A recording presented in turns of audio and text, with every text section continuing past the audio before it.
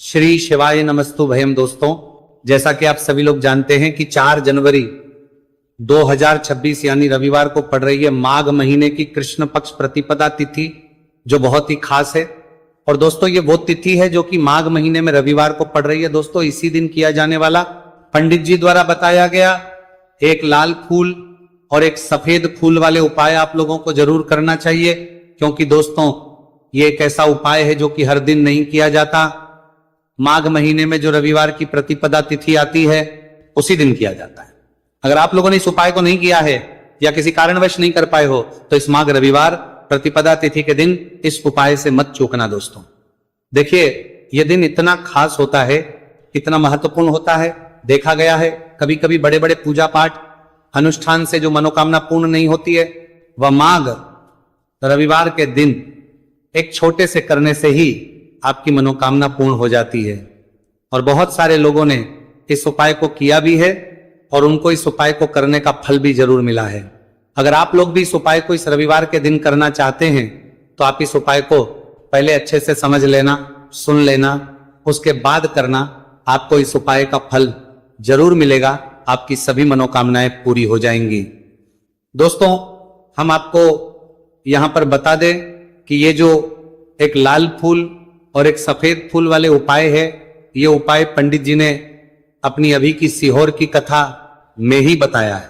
उपाय को करने से आपके घर में चाहे किसी भी प्रकार की दुहक और समस्या क्यों ना चल रही हो, आपको उसका कारण भी नहीं पता है कि भाई ये समस्या किस कारण से चल रही है।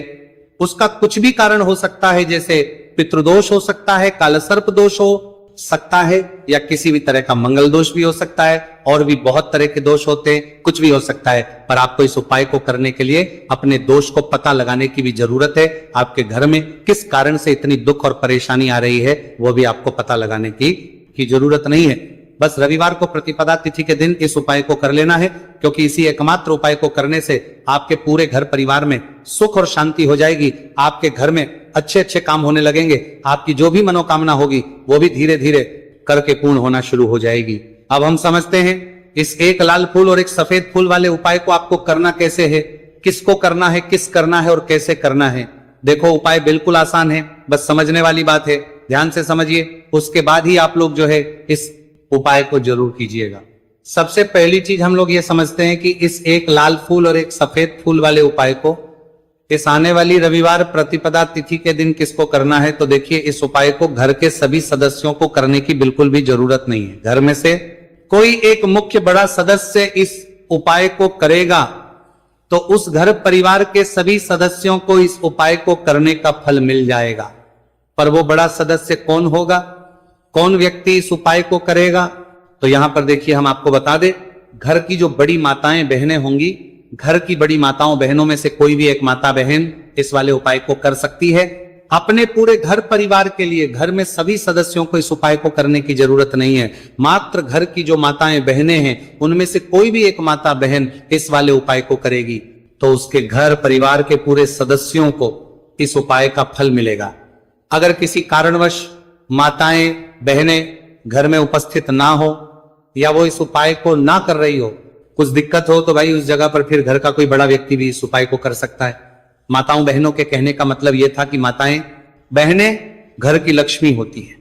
जब घर की लक्ष्मी कोई उपाय करती है तो निश्चित ही भगवान शिव जी जल्दी प्रसन्न होते हैं और उपाय का फल में बहुत जल्दी और बहुत बड़ा करके भी यहां पर देते हैं।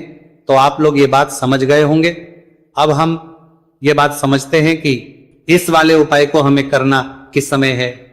एक लाल फूल और एक सफेद फूल वाले उपाय को हमें प्रतिपदा तिथि के दिन करना किस समय है। तो देखिए, इस उपाय को करने का जो समय है, सुबह का समय भी है और शाम का समय भी है। अब देखिए, यहां पर हम मुख्य रूप से सुबह का समय नहीं बोलेंगे, क्योंकि देखिए ये जो प्रतिपदा तिथि है, और आप सभी लोग जानते हैं रविवार प्रतिपदा तिथि के दिन का प्रदोष काल का मतलब शाम का जो समय होता है ना, इस दिन भगवान शिव जी का सबसे प्रिय दिन होता है। तो आप लोग इसे एक लाल फूल एक सफेद फूल वाले उपाय को सुबह के समय भी कर सकते हो और शाम के समय प्रदोष काल में भी कर सकते हो। सुबह के समय अगर कर रहे हो तो 10 या फिर 11 बजे तक भी अगर उपाय करोगे तो भी आपको उपाय का फल मिलेगा। वही अगर शाम के समय कर रहे हो तो इस दिन जरूर शाम के समय का ध्यान रखना कि शाम के 6 बजे से लेकर 7 बजे के बीच में अगर आप इस उपाय को कर सकते हो तो बिल्कुल कर लेना, पूरी कोशिश करना। पर अगर किसी कारणवश इस समय के बीच में ना कर पाओ तो रात 8 बजे तक भी अगर आप उपाय को करोगे तो आपको उपाय का फल जरूर मिलेगा। यह बात आपको समझ आ गई कि आप इस उपाय को सुबह और शाम दोनों समय कर सकते हो। मतलब करना आपको एक ही समय है, घर में से किसी एक ही बड़े व्यक्ति को करना है, एक ही बार इस उपाय को करना है, दोनों समय नहीं करना है। आपको जो समय अच्छा लगे आप उस समय पर इस वाले उपाय को कर सकते हैं। तो चलिए जानते हैं इन विशेष उपायों के बारे में। लेकिन उससे पहले जो भी मेरे भाई मेरी प्यारी बहनें आज चैनल पर पहली बार आए हैं या मेरी आवाज आज पहली बार सुन रहे हैं, अगर आप भी महादेव के सच्चे भक्त हैं तो वीडियो को लाइक और चैनल को सब्सक्राइब जरूर कर लें और कमेंट बॉक्स में लिखें हर हर महादेव देखो। अब सबसे पहली बात आती है कि इस उपाय को हमें करना किस लिए है। जैसा कि हमने अभी आपसे बोला कि इस उपाय को करने के बाद आपके जीवन में बहुत सारी खुशियां आएंगी, आपकी मनोकामनाएं पूर्ण होंगी, आपकी धन की समस्या दूर होगी, आपकी पैसों की समस्या दूर होगी।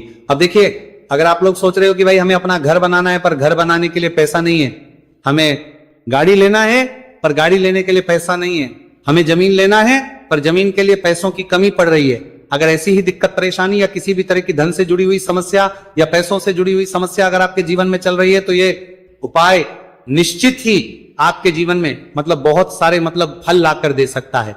इसीलिए अगर आपके घर में बहुत ज्यादा दिक्कत, समस्या, परेशानी चल रही है, धन से जुड़ी हुई, पैसों से जुड़ी हुई, धन की बहुत ज्यादा कमी आ रही है, पैसों की आवक नहीं हो रही है, तो भाई आप लोगों को इस वाले उपाय को जरूर करना चाहिए। घर में से किसी एक भी बापे व्यक्ति को अब इस उपाय में करना क्या है वो सबसे पहले हम लोग जान लेते हैं।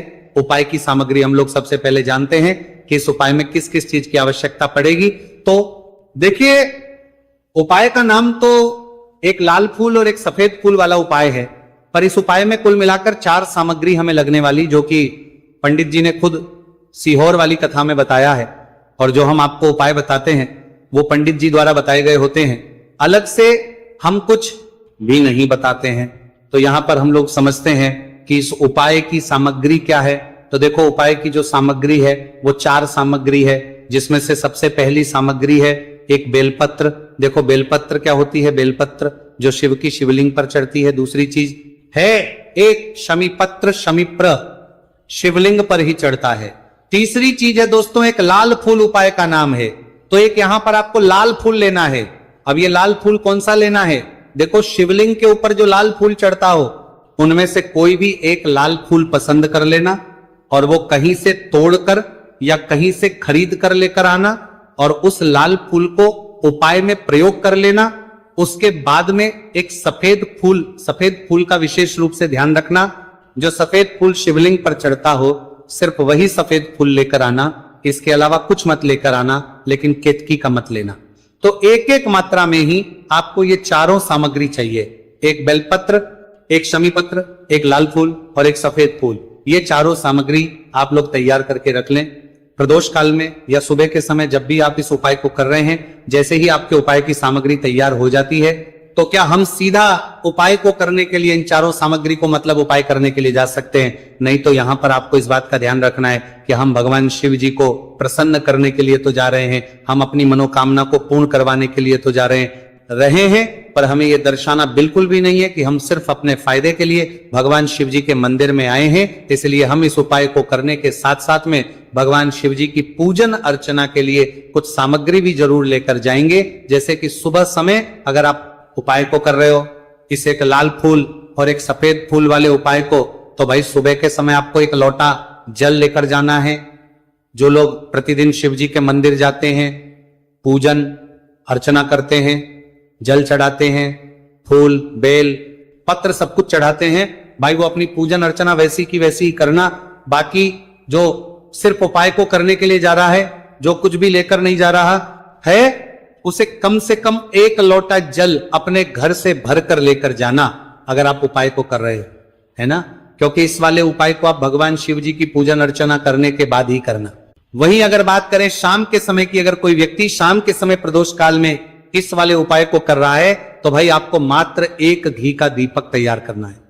ये बात हम हमेशा बोलते हैं, शाम के समय प्रदोष काल में कोई कर रहे हो ना, तो दीपक का विशेष महत्व होता है। रविवार प्रतिपदा तिथि, दिन का प्रदोष काल में जो भी व्यक्ति दीपक जलाता है ना भगवान शिव जी के मंदिर में, भाई उसके जीवन से सारी दुख और परेशानियां भी दूर होती है। तो भाई इस दिन दीपक का विशेष रूप से ध्यान रखना आप लोग। अगर आप इस उपाय को शाम के समय प्रदोष काल में कर रहे हो, है ना, ये जो दीपक आप लोगे ये आटे का लोगे, जो आटा आप गूंद दोगे उसके अंदर कुछ भी मत डालना, मात्र साधा आटा लगाकर उसे तैयार कर लेना और एक मीडियम साइज का दीपक तैयार कर लेना। दीपक ना ज्यादा छोटा हो ना ज्यादा बड़ा हो, है ना। उसके बाद में दीपक आपका तैयार हो जाए तो इसके अंदर जो बत्ती रखोगे वो गोल बत्ती रखोगे। देखो गोल बत्ती भी दो तरह की होगी, एक बाजार की और एक घर वाली। तो कोशिश करना अपने घर में जो रुई रखी हुई है उस रुई से आप लोग एक गोल बत्ती अपने ही हाथों से बनाओ। उपाय का फल अच्छा मिलता है, भगवान शिव जी जल्दी प्रसन्न होते हैं। जब हम किसी भी उपाय को अपने हाथों से परिश्रम करके तैयार करते हैं तो आपको उस दीपक के अंदर एक गोल बत्ती रख देनी है। इसके अंदर जो चीज आप लोग डालोगे वो डालोगे शुद्ध देसी गाय का घी। इस बात का विशेष रूप